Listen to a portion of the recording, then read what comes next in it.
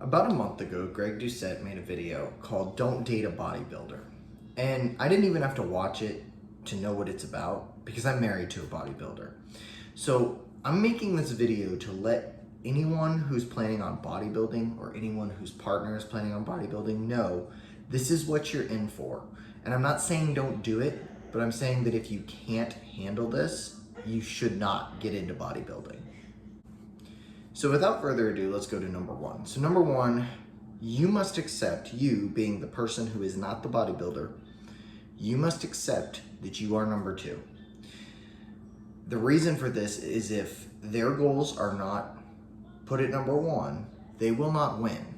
And what do I mean by that? I mean that if there's something big that you want to do, for example, I'm working on my doctorate right now.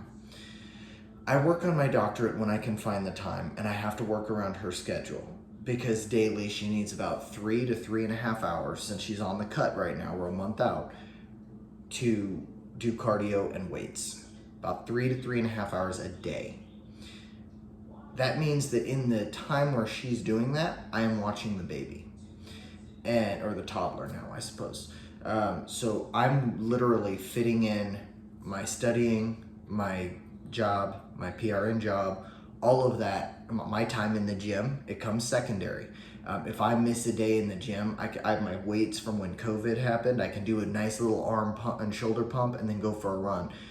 It's probably not, it's not the best workout, but it's going to be at the end of the day, as far as, my goals are concerned, it's going to do less damage to me than it would for her to miss a workout.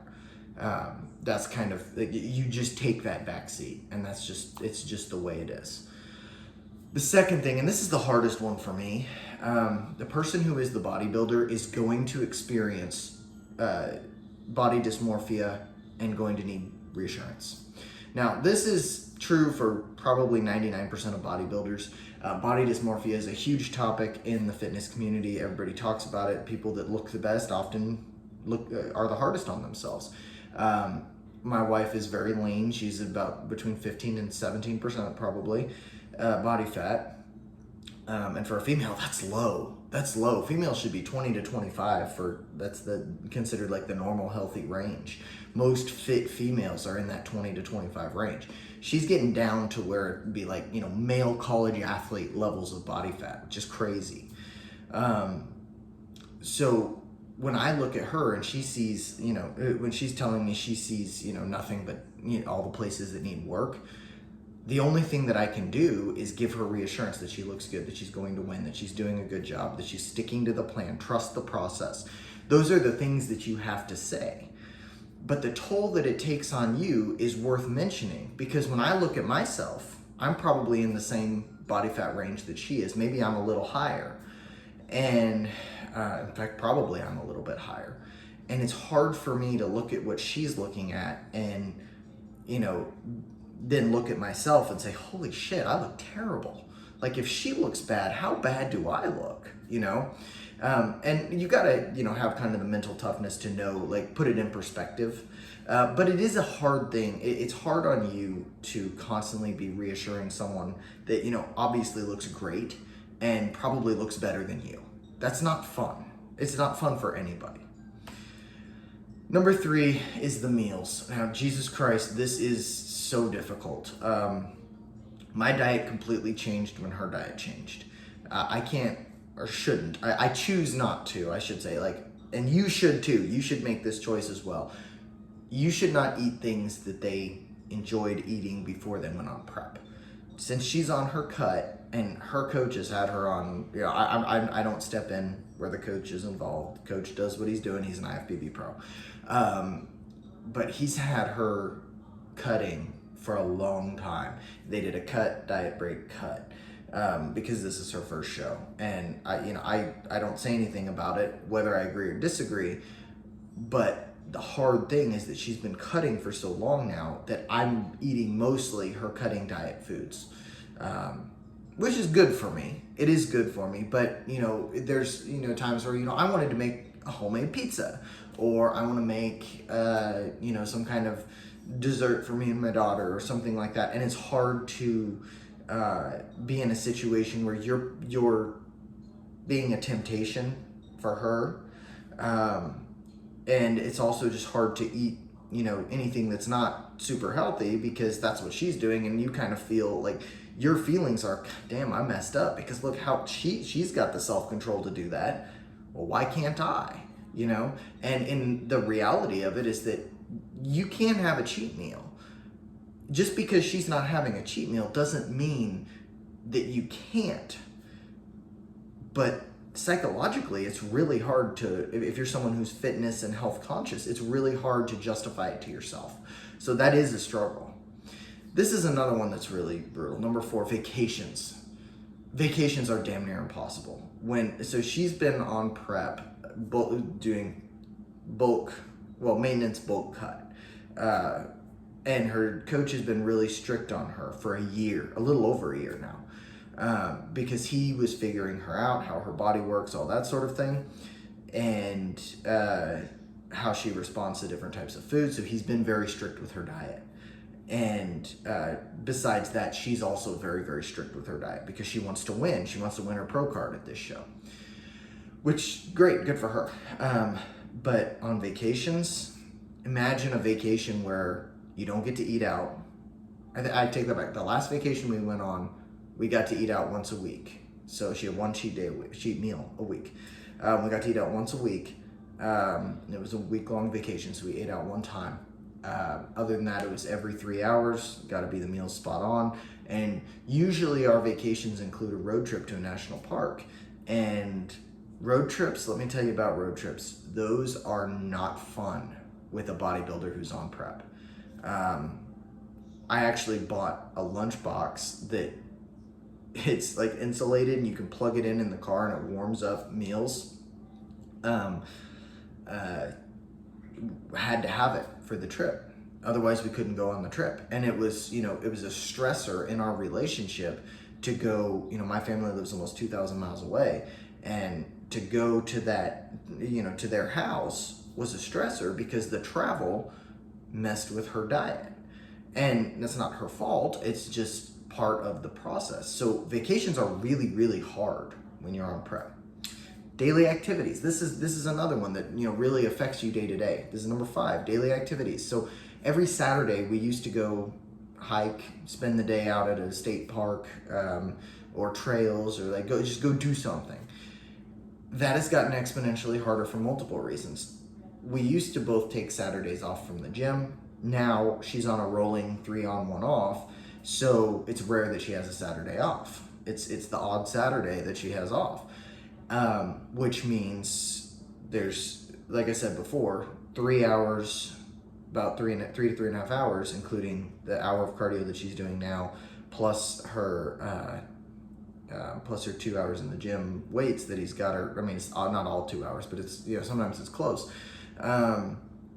All of that going on, that takes a big chunk out of your day. So if she wakes up at 6:30, it's 9:30 by the time she's done with that. Then we've got to get ready. It's 10:30. Got to, and then we drive there. It's 11:30. Okay, well now you've got like 3 hours to do everything, but you also got to make sure you've got all the meals packed and brought with you, pre-made, and you got to get back home in time for the next meal.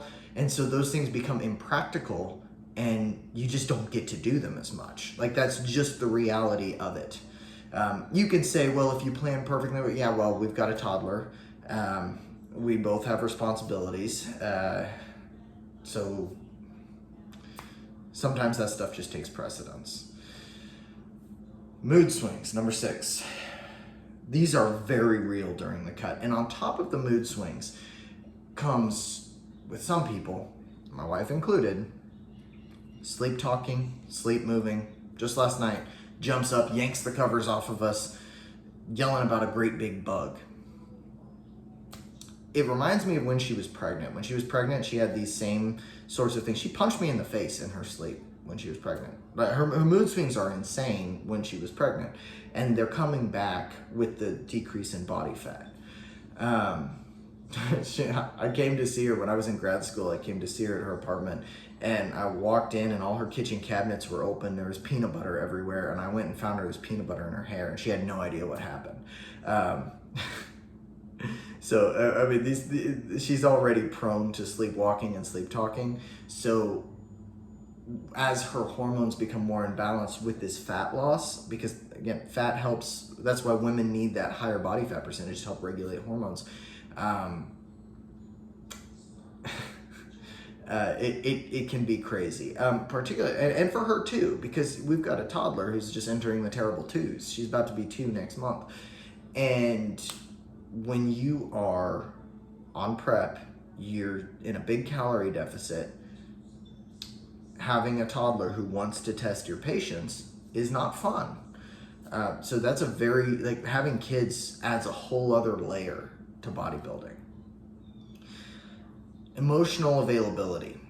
This is one not many people think about or talk about, but bodybuilders tend to have limited emotional availability for their partners, their kids, their family, anybody. They are very dialed in and focused, and by the time they're done doing everything they have to do in a day, most of them are exhausted. So if you are the partner of a bodybuilder, you must be very comfortable with, understanding that there's not a lot of emotional availability for you particularly during a cut. When it's not a cut, that's different. But the cutting portion, like I said, she's been cutting for a long time. He started her cut, I think, the second week of February. I mean, we've been doing this it was before that even. I think it's been about 20 weeks, cut, diet break, cut. Trying to figure out how she responds, like with digestion and all of that stuff, since this is the first show. That's, for me and my daughter both, it's a tough. My daughter is luckily young enough that that's not really too big of a problem. I feel like if she were, 6 or 7, it would be much harder for her to deal with, mommy not being as available. And it does help that my wife is a stay-at-home mom, and so she does get that time where it almost forces them to be together. Because if she had a job, and I'll tell you about the daily schedule at the end, toward the end. If she had a job, she would get no time with my daughter, and that would be really tough. This is a big one. Cost. Bodybuilding is very expensive. She just paid her fees for the league that she's going to be doing the meet in. The show costs, it's $115 just for the league membership. It's going to be about $100 for the entry fee. Those are small potatoes. The tan, very expensive. The makeup, very expensive. The hair, very expensive. The suit. These suits are $500-$600 if you get one of the really good ones. Luckily, we found somebody she could rent from. Her posing coach is renting her one. So that's helpful. But that brings up a different topic. You need a bodybuilding coach and a posing coach. Bodybuilding coaches are expensive. Hers is about $200 a month. Posing coaches are expensive. I think it's something like $75 to $100 a month. On top of that, you have supplements and whole foods. That gets expensive. Groceries are not cheap. Protein powders, creatine, all the different supplements that the coach wants her to take. It is very, very expensive. Your hobbies are going to take a backseat to bodybuilding. Or have a hobby that's not expensive, right? And that's, that's what I choose. So on top of the cost, there's a big time commitment. And this is where I'm going to tell you about the daily schedule. I wake up at 4 in the morning. I change my daughter's diaper to make sure she doesn't, have a leak or an accident, and soothe her back to sleep, get ready, go to the gym. I'm at the gym about 4:45 usually. I have from 4:45 to 6 to get my workout, my weights and my cardio done. Sometimes I'll go to about 6:15. I need to be back by 6:20. Luckily, the gym is 5 minutes away. So in and out, quick as I can go. Then of course, wake my daughter up, make breakfast. Luckily today I'm not making breakfast because I already pre-made it, so that's why I have time to make this video. Make my breakfast, make my daughter's breakfast, get her ready for the day, get myself ready for work, make my lunch for work, which, when you meal prep, that's easy enough, but, peel the oranges, slice the apples, get the broccoli ready, all of that sort of thing. put all that in the lunchbox. Any paperwork I have left over, make sure I organize it, organize my day since I work in home health. All of this while she is at the gym doing her hour of cardio, prescribed by her coach. She gets back about 7:45. I go to work. I work 8 to 5, 5:30. Come back. As soon as I get back, she takes a break and gets ready for the gym. Leaves at about 6:30 for the gym. In that intervening time, I'm playing with my daughter, reading her books, taking her outside, going for a walk, whatever it is we choose to do. And then when she goes to the gym, I make my daughter and myself dinner. And then 7 o'clock, I start her bedtime routine, bath, books, and then we'll sit and snuggle on the couch for a while, lay her down about 8 o'clock. And then at 8, that's when I have time to do, if I have paperwork left over for work, studying I need to do for the class that I help teach at the university, homework, and then obviously shower, get ready for bed. 9:30 is when she gets back from the gym, and we have about a half an hour till 10 o'clock where we can kind of hang out while she eats her last meal and I get her breakfast ready so that she can grab it and go before she does cardio in the morning. And then go to sleep about 10. Next day, get up and do it all again. On weekends, I do sleep in as far as about 6 if my body lets me, but my body's pretty conditioned to 4. So it's rare that I wake up any later than that. Luckily for me, I've always been able to get by on a little bit less sleep. And since I was a kid, I grew up with parents that woke us up at 4:30 in the morning. So that does make it easier for me. But as you can tell, the bodybuilding part is a huge time commitment for her and for me. So, and as you get closer to the contest, there's more posing, there's more cardio. The weight sessions do get a little shorter, but it kind of balances out. And the last one, and this is a tough one, but it's not as hard for me as it is for her. The external judgment. As family and friends, when you start to see, someone get that prep face and they start to get super lean, it kind of feels like an eating disorder to the average person. And there's a level of insecurity from external people looking at how well a bodybuilder is doing, how good they look, and being like, well, why are you doing that? And part of that is jealousy, or not even jealousy, but just like envy.